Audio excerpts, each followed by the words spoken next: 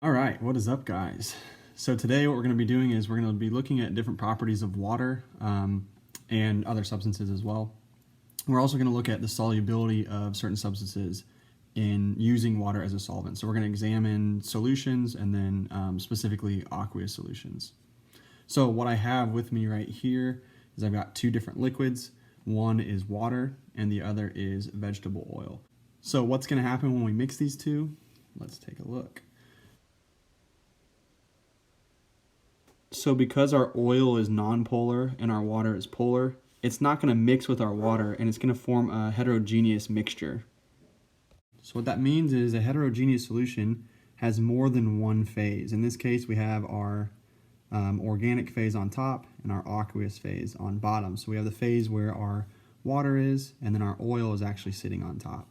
So we're going to see that our oil sits on top because our oil is less dense than water. Since it's less dense, it's going to float on the top of the water. Since our oil is nonpolar and our water is polar, they're not going to mix. My oil is immiscible in my water. Now, if I take honey, on the other hand, honey, what's going to happen is when I mix my honey in water, my honey is soluble and my honey will dissolve in my water.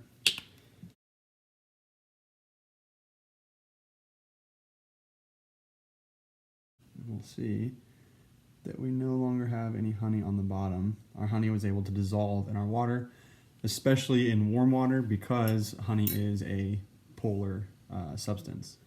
So after studying the different properties of water, we know that water is a polar substance. It's going to best dissolve other polar substances, so either polar compounds or ionic compounds. Because salt is an ionic compound, salt will readily dissolve in water.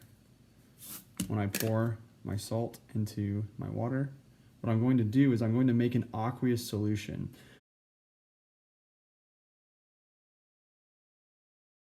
What we're doing is we're forming a homogeneous mixture, which means that these salt particles, our salt is going to break up into its constituent ions, and our ions are going to be distributed uniformly throughout our aqueous solution.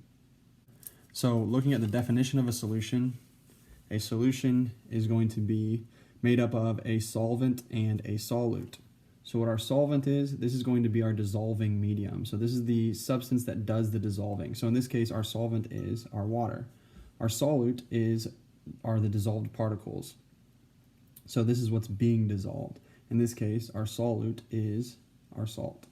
And in this particular case, because we used water as our solvent, this is what's called an aqueous solution. So anytime we use water as the solvent, we have formed an aqueous solution. I'm taking salt, an ionic compound, I'm mixing it with water, which is a polar molecular compound, in order to form an aqueous solution.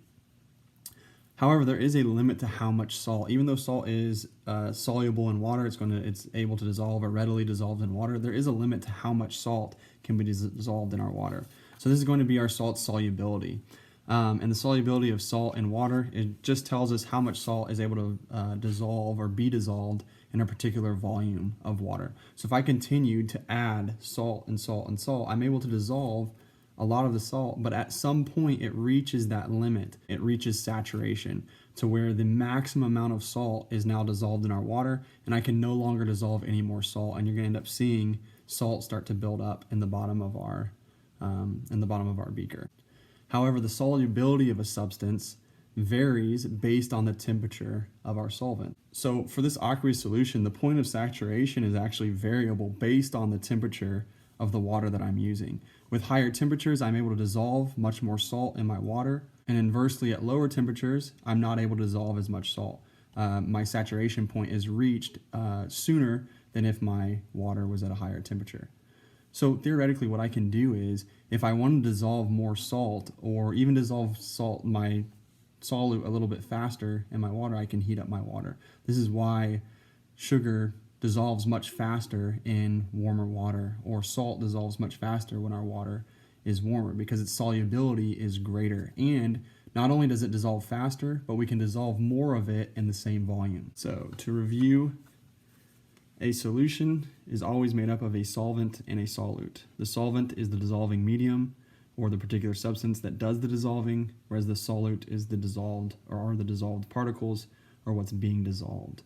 If you're confused on which one is the solvent, which one is the solute, our solvent and our solution are always going to be in the same physical state. So when I dissolved my salt in water, water is a liquid, salt is a solid. After I made my solution, well, my solution here is still a liquid. So I know that my water was my solvent because my solution and my solvent are both in the liquid state, whereas my solute, the salt that I used, is in the solid state.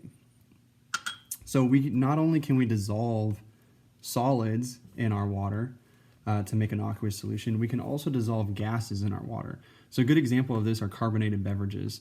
So whether Coca-Cola, Fanta, whatever it is that the soda that you drink, those bubbles that are in there, that is actually dissolved CO2. So CO2 is in the gaseous state, we can dissolve it in there.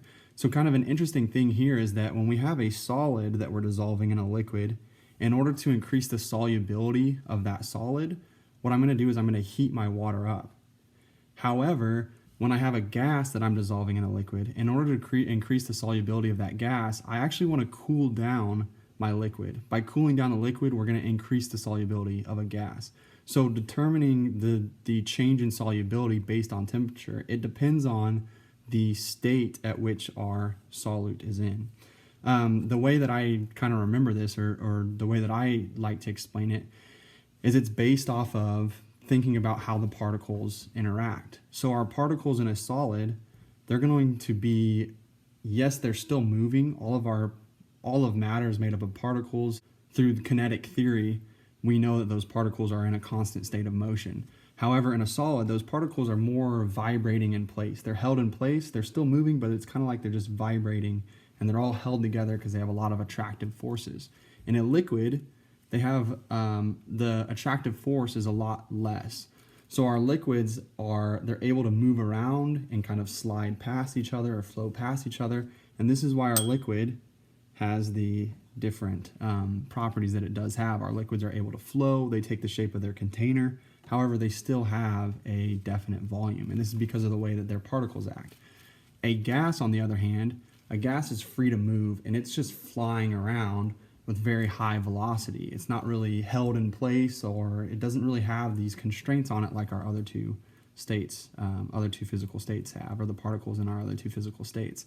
So when I want to dissolve a solid in a liquid, I kind of want those particles to start acting more like my liquid particles. So if I heat those particles up, my particles are going to start moving faster and faster, and it makes it easier to dissolve in a liquid. So again, inversely with a solid, if I put a solid in cold water, well, my solid particles, they're not able to move as much. They have less kinetic energy, so they're not moving as much. It makes it much easier for them to be grouped together, for those attractive forces to pull them in, clump them together, and bring them out of solution.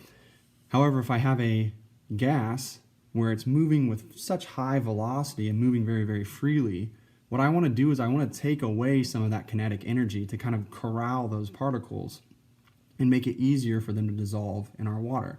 So if our gaseous particles are moving very, very fast in our water, it's much easier for them to escape. However, if my water is cooler or at a lower temperature, it's going to lower the kinetic energy of my gas particles. So my gas particles are now not moving as fast and not moving with as much velocity, with as much kinetic energy, so it makes it easier to continue to corral them and keep them dissolved in my liquid. So with a solid, in order to increase solubility, we heat the water up. With a gas, in order to increase solubility of that gas, we're going to cool the water down. So my question to you then is, what would happen if I'm dissolving a solid in water and I heat that water up so that my solid has a higher solubility and therefore a higher saturation point? I can dissolve more and more of that solid in my water. And I actually end up dissolving enough to reach that saturation point, and then I take it off of the heat and cool that water back down. We know that the solubility is going to decrease, but my solid has already reached its saturation point at that higher solubility. So what's going to happen once it's now at that lower solubility and you have more solid dissolved than theoretically than our water theoretically can hold. So that's my question for you guys. Think about it, come up with your own theories of what you think is going to happen. It has some pretty cool implications, and we're actually going to be able to see that with our next experiment. So we're going to look at a supersaturated solution, and we're going to be able to kind of experiment with it, and I'll show you guys what ends up happening. So stay tuned for the next experiment.